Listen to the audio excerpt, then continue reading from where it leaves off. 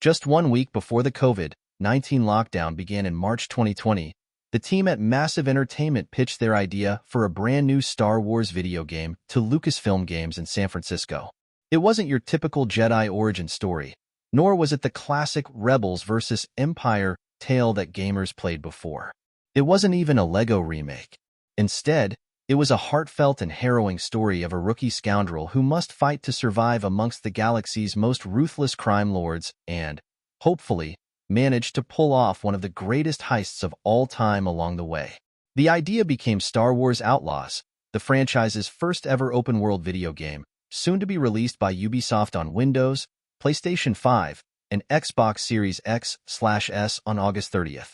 Set in the one-year gap between the events of 1980's Empire Strikes Back and 1983's Return of the Jedi, the single-narrative game follows Kay Vess, Humberly Gonzalez, a plucky street thief from Cantobite, and her Merkle psychic Nyx, voiced by Bad Batch alum D. Bradley Baker.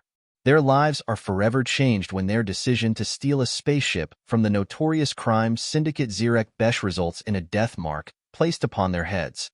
The pure scoundrel fantasy really takes flight when the galaxy is in chaos, Outlaws creative director Julian Geraghty tells Entertainment Weekly.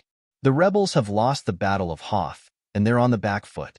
The Empire is taking more and more power in the galaxy, but that creates a space for criminal activities and criminal syndicates.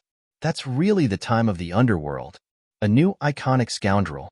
Developing their own in-universe character, however, proved to be a much more daunting task. Geraghty acknowledges the great scoundrels of cinema, like Captain Jack Sparrow and Indiana Jones, as well as the scoundrels of Star Wars, like Han Solo and Lando Calrissian.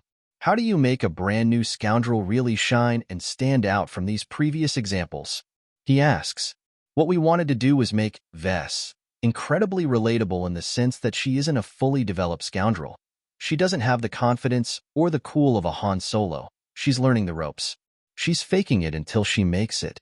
So it doesn't come from a place of 100% confidence. It comes from a place of taking the risk.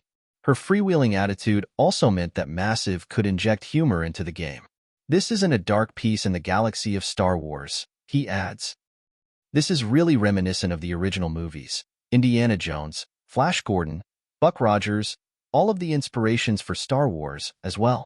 Gonzalez, who voices Vess and performed motion capture for the game, views the character almost like a gender-bent Han Solo and says she gleaned inspiration from the fellow scoundrel for the part.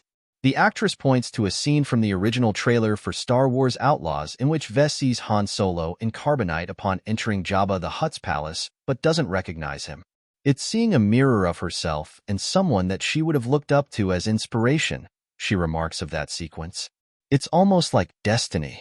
It's like him passing the baton. You get to be this hero now and find peace, find your way in this world, in this war that she wants nothing to do with. She just wants to be free. Aside from Han Solo, players can expect to encounter some other familiar faces on their quest. Geraghty calls it an obvious decision to highlight the Hutts in a game that tackles criminal syndicates.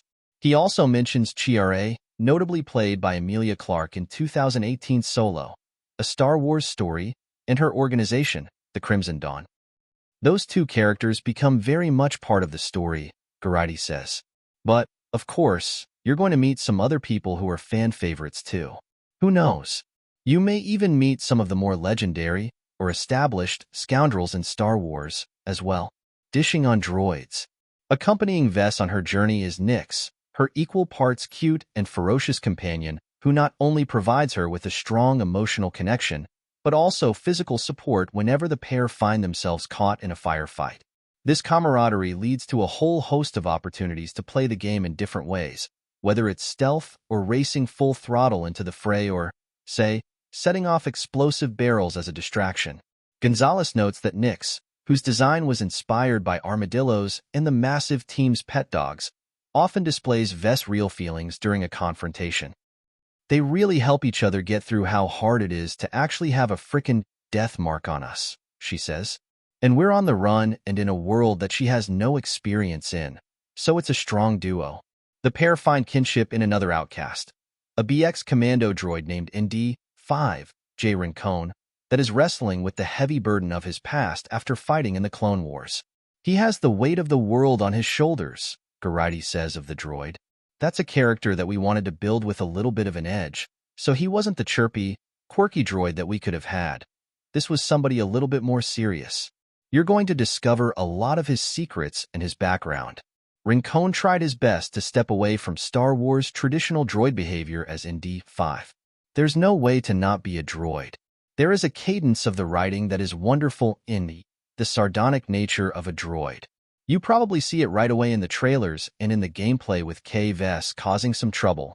He teases, "I did want to stay true to what droids are, but I very much wanted to humanize this one as much as possible, as much as they would let me."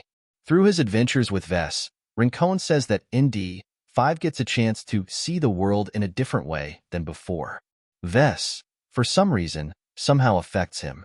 That's a really important thing, and it's a really important part of the story, and how that relationship kind of lives out in the journey that it takes. New galaxies far, far away. The new shipmates will certainly have plenty of places to explore together on their journey. As Vess, players will find themselves traveling through space to 5 distinct destinations. Kijimi, first seen in The Rise of Skywalker, Akiva, from the animated Clone Wars series, Tatooine, Cantobite, and the newly created moon of Tashara. Each location has its unique wilderness environment, orbit, and bustling cities. But they all share one very important locale, the cantina. As a scoundrel, the first thing that you're going to do when you land in a new location is head to the cantina to see what opportunities are available to you, what things you can eavesdrop on, and maybe pick up some intel to be able to go on your own journeys, Geraghty explains. Each city is tied to a different crime syndicate that you can choose to form an alliance with: the Hutts, the Pikes, from Book of Boba Fett and Solo, the Crimson Dawn, and the Ashiga clan. The latter was created by Massive and Lucasfilm for the game. Geraghty describes the Ashiga clan as a secretive and imposing organization that finds itself trying to forge allegiances with the Empire or with some other actors amid a growing internal power struggle. Every time Vess accepts a mission from one of these factions, it will have a direct effect on her reputation with the others. Being able to balance your reputation with those 4 is how you're going to tell the personal story of your adventure throughout this galaxy, Geraghty says. Having a good reputation with a syndicate means you get access to exclusive rewards, such as vendors selling special items and access to different locations. This said, it really is a dilemma, because you can't have a good reputation with everybody, Geraghty adds.